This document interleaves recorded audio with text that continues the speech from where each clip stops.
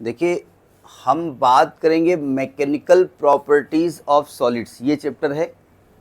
पहले हम बता दें कि नीट में इससे बहुत ज़्यादा क्वेश्चन नहीं बनते हैं, ठीक है, क्योंकि 2 ही 3 पॉइंट्स इसमें हैं।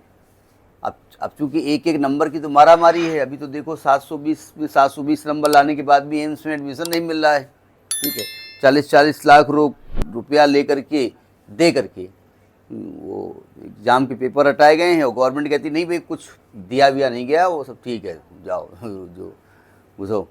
तो यानी कि एक एक नंबर की मारा मारी कुल मिला करके तैयारी तो करनी पड़ेगी, है ना। देखिए, मैकेनिकल प्रॉपर्टीज ऑफ सॉलिड का मतलब तो समझ में आ गया कि सॉलिड के अंदर जो मॉलिक्यूल्स होते हैं उन मॉलिक्यूल्स के बीच में इंटर मॉलिक्यूलर फोर्स लगता है ना। और अगर हम उस मॉलिक्यूल को थोड़ा डिस्टर्ब करें तो वो मॉलिक्यूल कुछ प्रॉपर्टीज शो करते हैं। उन्हीं प्रॉपर्टीज का अध्ययन हम करने जा रहे हैं। बात तो समझ में आ गई, हम बात क्या करने जा रहे हैं, ठीक है। तो पहले इसकी बैकग्राउंड म्यूजिक की बात कर लेते हैं। जिसके बारे में बात करने जा रहे हैं वो है इलास्टिसिटी। इलास्टिसिटी क्या होती है? देखो, पहली बात समझ लीजिएगा कि यहाँ पर नीट के केस में वैसे तो किसी भी एग्जाम के केस में इलास्टिसिटी में मैथमेटिकल पार्ट से ज़्यादा ज़रूरी है थ्योरेटिकल पार्ट, कंसेप्चुअल चीज़ कि कह क्या रहा है, क्या बताना चाहता है, वो ध्यान समझिएगा। देखो, सबसे पहली चीज़ तो यहाँ पर एक आती है डिफॉर्मिंग फोर्स। बस हम केवल इसकी बैकग्राउंड म्यूजिक बना रहे हैं, डिफॉर्मिंग फोर्स। अब सिंपल सी बात है कि अगर किसी बॉडी में आप फोर्स लगा दें, बॉडी का मतलब यहाँ जनरली हम एक वायर लेके बात कर रहे हैं, एक सॉलिड लेके बात कर रहे हैं, हम सॉलिड के बारे में बात कर रहे हैं, बात ही सॉलिड की हो रही है, तो सॉलिड का एक वायर लेके बात कर रहे हैं, ठीक है। अगर किसी बॉडी में आप फोर्स लगाएं तो फोर्स लगाने से उसका शेप में चेंज हो जाएगा, उसकी लेंथ चेंज हो सकती है, उसका वॉल्यूम चेंज हो सकता है, उसका एरिया चेंज हो सकता है, ठीक है। तो उसे हम जो फोर्स हम लगा रहे हैं ना, वो कहलाता है डिफॉर्मिंग फोर्स। यानी by applying the force if we change the form of the body, इधर लेंथ ऑफ द बॉडी और वॉल्यूम ऑफ द बॉडी और एरिया ऑफ द बॉडी या पोजिशन ऑफ द बॉडी। हमने धक्का मारा, बॉडी को ऐसे कर दिया, वो ही डिफॉर्म हो गया, ठीक है, अपनी पोजीशन से चेंज हो गया। तो इस फोर्स को हम क्या कहते हैं? डिफॉर्मिंग फोर्स कहते हैं, ठीक है। अब एक तो होता है कि डिफॉर्मिंग फोर्स लगाया और फोर्स हटाने के बाद बॉडी अपनी इनिशियल स्टेट में नहीं आई। जैसे मम्मी आटा मारती हैं, तुम भी मारते होगे, और आटा गीला होता है थोड़ा सा, पता जब पानी की बात नहीं कर रहा हूँ, जो आटा मर जाता है, तो अगर उसमें एक जगह आप उंगली घुसेड़ दीजिए तो आपने क्या किया, उस आटे को डिफॉर्म कर दिया, और उंगली निकाल दीजिए तो गड्ढा बना रहता है कि वो गड्ढा भर जाता है? वो बना रहता है ना, भर जाता है। वाह क्या बात है। आटा मारने के बाद उसमें उंगली घुसेड़ दोगे तो अपने आप वो गड्ढा भर जाएगा। पानी थोड़े उसमें भरा हुआ है, वो आटा मर चुका है। अभी तक तो आप वो वाले आटे के बारे में बात करें, उसमें पानी पड़ा हुआ है, अभी पानी पड़ के आटा मर चुका है। मैं आटा मरने की बात कर रहा हूँ, ठीक है। तो यानी कि उसने अपना फॉर्म दोबारा रिगेन नहीं किया। लेकिन आप एक रबड़ बैंड लीजिए, हल्का सा खींचिए और छोड़ दीजिए, तो फिर अपनी इनिशियल स्टेट पे लौट के आ जाएगी, ठीक है। तो अगर ऐसी बॉडी में फोर्स लग रहा है कि after removing the deforming force body again regains its original shape और साइज, तो उस फोर्स को क्या कहते हैं? रिस्टोरिंग फोर्स कहते हैं। उसको हम कहते हैं रिस्टोरिंग फोर्स। यानी कि after removal of deforming force body again regains its original shape और साइज, उसको रिस्टोरिंग फोर्स कहते हैं। यानी आप कह सकते हैं कि डिफॉर्मिंग फोर्स के अपोजिट लगेगा, सिंपल सी बात है, ठीक है। अब इसके बाद एक आता है स्ट्रेस। ये पॉइंट्स नोट करते रहिएगा, ठीक है, इसके बारे में पढ़ते रहिएगा। स्ट्रेस क्या होता है? देखिए, जब आप फोर्स अप्लाई करते हो ना, तो अप्लाई करने के बाद बॉडी की शेप या साइज को चेंज करते हो, वो फोर्स अप्लाइड क्या है? Deforming force. और जो अंदर से फोर्स लगता है वापस उसको अपनी इनिशियल स्टेज में लाने के लिए, उसको रिस्टोरिंग फोर्स कहते हैं। तो रिस्टोरिंग फोर्स में RF लिखे दे रहा हूँ, restoring force per unit area या फोर्स अपॉन एरिया कह दीजिए, इसको हम स्ट्रेस कहते हैं। अब क्वेश्चन ये उठता है कि भाई यही तो प्रेशर है, होगा, कोई दिक्कत नहीं है भाई। प्रेशर में आप अप्लाइड फोर्स है, ये अपोजिट जो फोर्स काम कर रहा है उसके बारे में बात कर रहे हैं, ठीक है। तो इसको हम restoring force per unit area को हम कहते हैं स्ट्रेस। अब क्वेश्चन ये उठता है कि रीस्टोरिंग फोर्स है कितना, हम कैसे निकालेंगे। तो एक्चुअली में रीस्टोरिंग फोर्स आपके अप्लाइड फोर्स के बराबर होता है। भाई हमने क्या किया, एक वायर लिया, मान लेते हैं एक वायर लिया एल लेंथ का, हमने इसके ऊपर फोर्स लगाया 1 न्यूटन का, ठीक है। तो अब 1 न्यूटन का फोर्स लगाया और हमने अपना जब 1 न्यूटन का फोर्स लगाया तो हमने देखा इसकी लेंथ में थोड़ा इंक्रीमेंट हो गया, हमने बाद में फोर्स हटा लिया और देखा फोर्स हटाने के बाद बॉडी फिर अपनी इनिशियल स्टेट पे लौट के आ गई। तो इसका मतलब मैं कह सकता हूँ कि रीस्टोरिंग फोर्स 1 न्यूटन उसमें लगा, कह सकता हूँ ना। तो क्या मैं कहूँगा कि रीस्टोरिंग फोर्स बॉडी का 1 न्यूटन है? जी नहीं। अब मैंने क्या किया, यहाँ 2 न्यूटन लगा दिया। 2 न्यूटन लगाया तो देखा बॉडी की लेंथ और बढ़ गई, थोड़ी सी और बढ़ी, और हमने 2 न्यूटन का फोर्स जो अप्लाई किया था ना, वो जैसे ही हटाया बॉडी फिर अपनी इनिशियल स्टेट पे आ गई। तो हम कहेंगे रिफॉर्मिंग फोर्स आपका जो है, सॉरी रीस्टोरिंग फोर्स आपका 2 न्यूटन है? जी नहीं।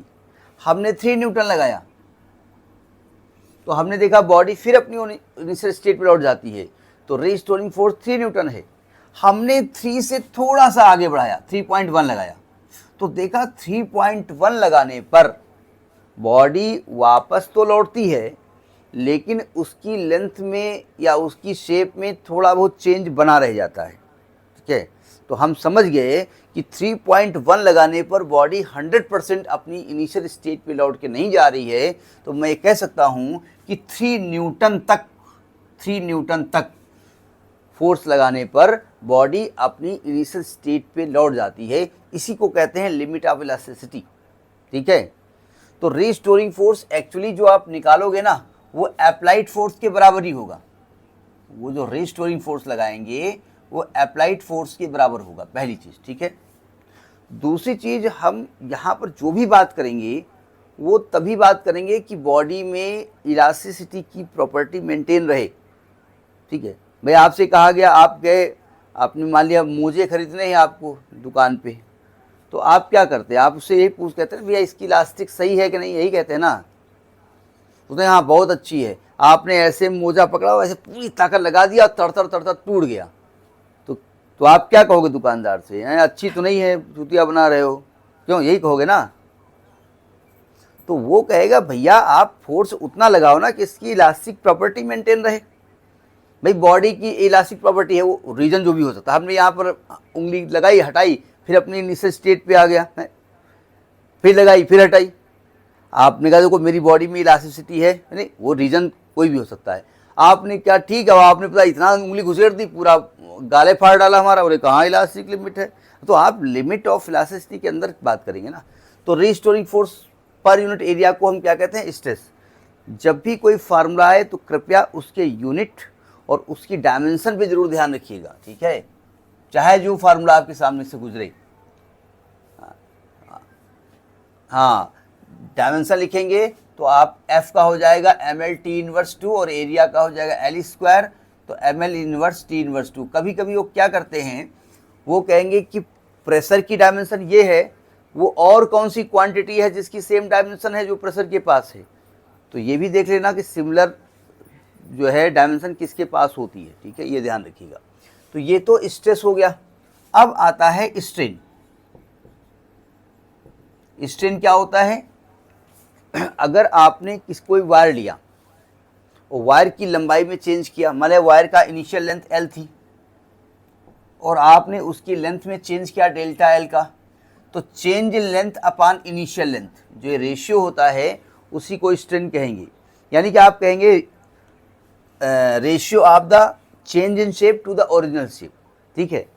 मतलब चेंज इन शेप और ओरिजिनल शेप का जो रेशियो होता है उसको हम स्ट्रेन कहते हैं। चेंज इन शेप के बारे में बात कर रहे हैं, वो लेंथ भी हो सकती है, वॉल्यूम भी हो सकती है। आपने कोई बॉडी है, ठीक है, उसके ऊपर से नॉर्मली ऐसे फोर्स लगाया, यानी उसका वॉल्यूम चेंज कर रहे हैं आप, तो change in volume upon initial volume, ये जो रेशियो होता है उसको हम स्ट्रेन कहते हैं। क्या इसकी कोई यूनिट होती है? No, it is unitless quantity, क्योंकि सेम रेशियो का सेम क्वांटिटी का रेशियो होता है। बात तो समझ में आ गई, ठीक है। इसके बाद आता है इलास्टिसिटी क्या होती है, जिसके बारे में बात कर रहे हैं। तो किसी बॉडी में जब हम डिफॉर्मिंग फोर्स को रिमूव कर देते हैं और बॉडी 100% अपनी ओरिजिनल शेप को रिगेन कर लेती है, तो अब वो रिगेन क्यों किया उसने? भाई हुआ यूँ होगा, ये एक वायर था, इसके अंदर मॉलिक्यूल्स थे, क्योंकि हम मैकेनिकल प्रॉपर्टी के बारे में बात कर रहे हैं, और आप चाहते चारों तरफ मॉलिक्यूल ऐसे थे, ऐसे। तो मॉलिक्यूल के बीच में एक डिस्टेंस होती है जिसे इंटरमॉलिक्यूलर स्पेस कहते हैं, ठीक है। वो एक डेफिनेट डिस्टेंस होती है। अब चूंकि अगर इस मॉलिक्यूल को देखें तो इसको ये भी फोर्स लगा रहा है, ये भी फोर्स लगा रहा है, ये भी लगा रहा है, ये भी लगा रहा है, इस पर नेट फोर्स कितना काम कर रहा है? 0, ठीक है। अब इसकी अगर लंबाई आप बढ़ाओगे तो क्या मैं कह सकता हूँ इन दोनों मॉलिक्यूल के बीच की दूरी आप बढ़ा रहे हो, बढ़ गई। पहले मान लिया r डिस्टेंस थी, अब r प्लस डेल्टा r हो गई। तो ये मॉलिक्यूल इसको अपोज करते हैं, क्योंकि ये एक डेफिनेट डिस्टेंस पे रहना चाहते हैं, ठीक है। तो ये वापस लौट के अपनी पोजीशन पे आते हैं। तो वापस लौटने की जो पोजीशन है, इसी को हम इलास्टिसिटी कहते हैं, ठीक है। यानी after removal of the deforming force, if body again regains its original shape and size, then this property of the solid, उस सॉलिड की जो प्रॉपर्टी होती है, उसी को हम इलास्टिसिटी कहते हैं, ठीक है। अब एक होता है limit of elasticity. Limit of elasticity यानी लिमिट ऑफ इलास्टिसिटी का मतलब होता है कि the maximum deforming force up to which the property of elasticity retains in the body या रिमेन्स इन द बॉडी। यानी कि मैक्सिमम डिफॉर्मिंग फोर्स जिस तक बॉडी में इलास्टिसिटी की प्रॉपर्टी मेंटेन रहे, उसी को कहेंगे लिमिट ऑफ इलास्टिसिटी। वो अलग अलग बॉडी की लिमिट अलग अलग होती है, ठीक है। किसी की कम होती है, किसी की ज़्यादा होती है, वो एक अलग की बात है। अभी हम एग्जांपल दे रहे थे, जब तक हमने 3 न्यूटन फोर्स लगाया था, तब तक तो बॉडी अपनी ओरिजिनल स्टेट में लौट रही थी, कि जैसे हमने 3.1 किया था, दिखागा चेंज हो गया था। तो मैं कह सकता हूँ कि उसकी लिमिट जो है वो 3 न्यूटन तक वो अपनी प्रॉपर्टी को मेंटेन रखती है, ठीक है। भाई आपने कहा इसके हाथ मोड़ा, देखो हाथ फिर अपनी स्टेट पे आ गया, तो इसकी एक इलास्टिक प्रॉपर्टी है। अब वो रीज़न कुछ भी है, बायोलॉजी हो जा जानते हैं। हमने कहा अच्छा, अब पकड़ के हाथ ऐंठ दिया, टूट गया हाथ, कहाँ है? बता रहे थे हड्डी बड़ी मजबूत है। अरे भाई उसकी एक लिमिट है ना, तब तक सही रहेगा ना, ठीक है। ये होता है आपका स्ट्रेन। अब अगर बॉडी अपनी ओरिजिनल स्टेट पे आ जाती है, तो हम कहेंगे वो परफेक्टली इलास्टिक बॉडी है, परफेक्टली इलास्टिक है, ठीक है। और जो नहीं आती है वो परफेक्टली प्लास्टिक बॉडी है। प्लास्टिक बॉडी का मतलब होता है जिसमें इलास्टिसिटी की प्रॉपर्टी ना हो। तो अगर बॉडी में इलास्टिसिटी की प्रॉपर्टी नहीं है, आपने बॉडी में फोर्स लगाया और बॉडी फिर अपनी इनिशियल स्टेट पे लौट के नहीं आई, तो हमने कहा वो परफेक्टली प्लास्टिक है। अगर किसी बॉडी में फोर्स लगाएं और उसमें कोई चेंज ही ना हो, तो उसको हम कहते हैं रिजिड बॉडी, रिजिड बॉडी। अब वो एक अलग की बात है कि फिजिक्स कहती है परफेक्शन कहीं नहीं होता, आइडियलिज्म कहीं नहीं होता है। तो neither no body is perfectly plastic और इलास्टिक और रिजिड, वो एक अलग चीज़ है, ठीक है। जैसे लिखने को आता है ideal teacher, ideal student, ideal कोई आइडियल नहीं है, कहीं ना कहीं तो गड़बड़ है, ठीक है। समझ में बात आ गई। अब देखो ध्यान से, हमने स्ट्रेस की बात की। हमने क्या कहा कि फोर्स पर यूनिट एरिया, कौन सा फोर्स?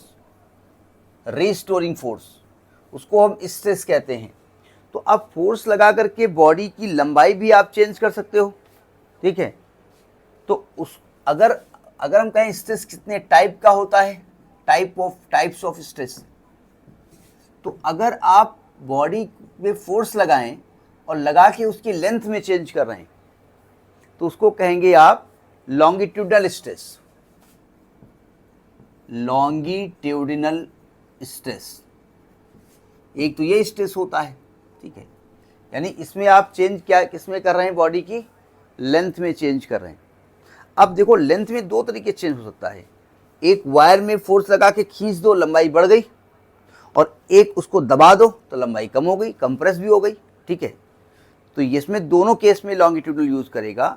खींचने के केस में टेंसाइल यूज़ करेंगे हम, खींचने के केस में हम क्या करेंगे, टेंसाइल स्ट्रेस। और अगर आप जैसे एक एग्जाम्पल आप ले सकते हो स्प्रिंग का, स्प्रिंग को आप ऐसे प्रेस कर दो तो उसकी लंबाई में कमी आ जाएगी, और छोड़ दो तो स्प्रिंग अपनी ओरिजिनल शेप में आ जाएगी, ठीक है। तो इसको कंप्रेशन कहते हैं, कंप्रेशन। मतलब इसको आप लॉन्गिट्यूडनल को टेंसाइल या कंप्रेशन के नाम से जाना जाता है, ठीक है। तो ज़्यादातर केसेस में कंप्रेशन या टेंसाइल वर्ड भी यूज़ होता है, ये ध्यान रखिएगा न्यूमेरिकल में।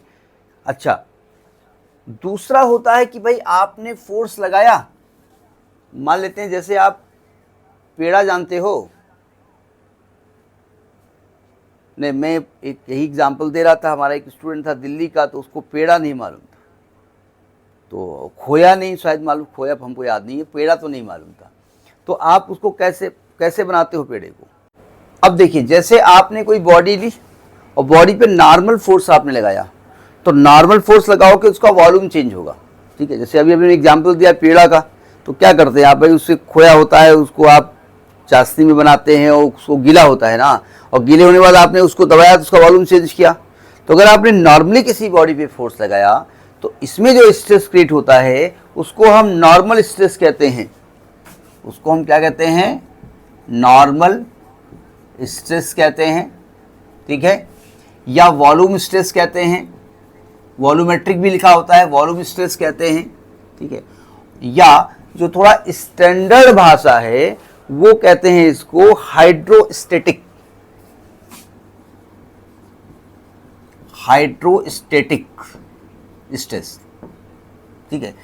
99% नॉर्मल स्ट्रेस के नाम से आएगा, लेकिन अब 1% में मान लिया हाइड्रोस्टैटिक आ गया तो पता चला कि लटक गए, पता नहीं, तो हाइड्रोस्टैटिक पूछ रहा था, तो ये ध्यान रखिएगा, ठीक है। इसके बाद तीसरा ये होता है कि आपने बॉडी पे फोर्स लगाया, जैसे कोई बॉडी आपके मान लीजिए ये एक पेन रखा हुआ है, हमने नीचे का पोर्शन फिक्स कर दिया, या आप बैठे हुए हैं, ठीक है, और हमने ऐसे फोर्स लगाया और आप हल्का से ऐसे झुक गए, तो क्या आपकी लंबाई बढ़ गई, क्या आपका वॉल्यूम चेंज हो गया? जी नहीं, आपकी केवल ऐसे पोजीशन चेंज हुई, और जैसे फोर्स लगाया फिर अपनी ओरिजिनल स्टेट पे आ गई, ठीक है। बोले हम नहीं आए, वैसे रुके हुए हैं, वो एक अलग बात है, आप अलग से फोर्स लगा रहे हैं। तो कुछ बॉडी को मैंने क्या किया, उसका लोअर एंड फिक्स कर दिया और ऊपर ऐसे फोर्स लगाया, और जैसे फोर्स हटाया बॉडी फिर अपनी स्टेट पे आ गई। ना तो उसकी लंबाई में चेंज हुआ, ना तो उसके वॉल्यूम में चेंज हुआ, कुछ नहीं हुआ, केवल उसकी पोजीशन चेंज हो गई है, और फोर्स से लगाने पर पोजीशन फिर आ गई है। आई इसलिए है कि उसने अंदर से एक फोर्स लगाया, रिस्टोरिंग फोर्स। तो ऐसे स्ट्रेस को हम कहते हैं टेंजेंशियल स्ट्रेस, टेंजेंशियल स्ट्रेस, या इसको शेयरिंग स्ट्रेस भी कहते हैं, शेयरिंग स्ट्रेस भी कहते हैं। ये पॉइंट्स नोट करते रहिएगा, इन्हीं पॉइंट के बारे में आपको पढ़ना है। हम ये नहीं करेंगे इसके आप नोट्स बनाओ जा करके, लेकिन इन पॉइंट्स को पढ़ना तो पड़ेगा आपको, ठीक है। इन पॉइंट्स को नोट कर लीजिएगा, ठीक है, नोट कर लिया। अच्छा, इसी प्रकार से जैसे स्ट्रेस जितने प्रकार का होता है उतने ही प्रकार का स्ट्रेन भी होता है। तो यानी कि आप जब टाइप्स ऑफ स्ट्रेन लिखेंगे यहां पर स्ट्रेन, तो यहां स्ट्रेस की जगह स्ट्रेन लगा दो तो उसको स्ट्रेन कर दिया जाएगा। लॉन्गिट्यूडनल स्ट्रेन में लंबाई चेंज होगी, चेंज इन लंबाई अपॉन ओरिजिनल लंबाई। वॉल्यूमेट्रिक या नॉर्मल स्ट्रेन में उसकी वॉल्यूम में चेंज होगा, change in volume upon initial volume. और शेयरिंग स्ट्रेस में पोजीशन चेंज होगी, वो जब बताया जाएगा तब फॉर्मूला हम बताएंगे। तो बात समझ में आ गई, इलास्टिसिटी होती क्या है, स्ट्रेस क्या होता है, स्ट्रेन क्या होता है। यानी ये इलास्टिसिटी के मतलब इलास्टिसिटी की जो प्रॉपर्टी होती है उसके जो उसको समझाने के लिए जो रिश्तेदार हैं उनके, स्ट्रेस है, स्ट्रेन है, रिस्टोरिंग फोर्स है, ये बताने की बात कर रहे हैं। समझ में आ गई बात।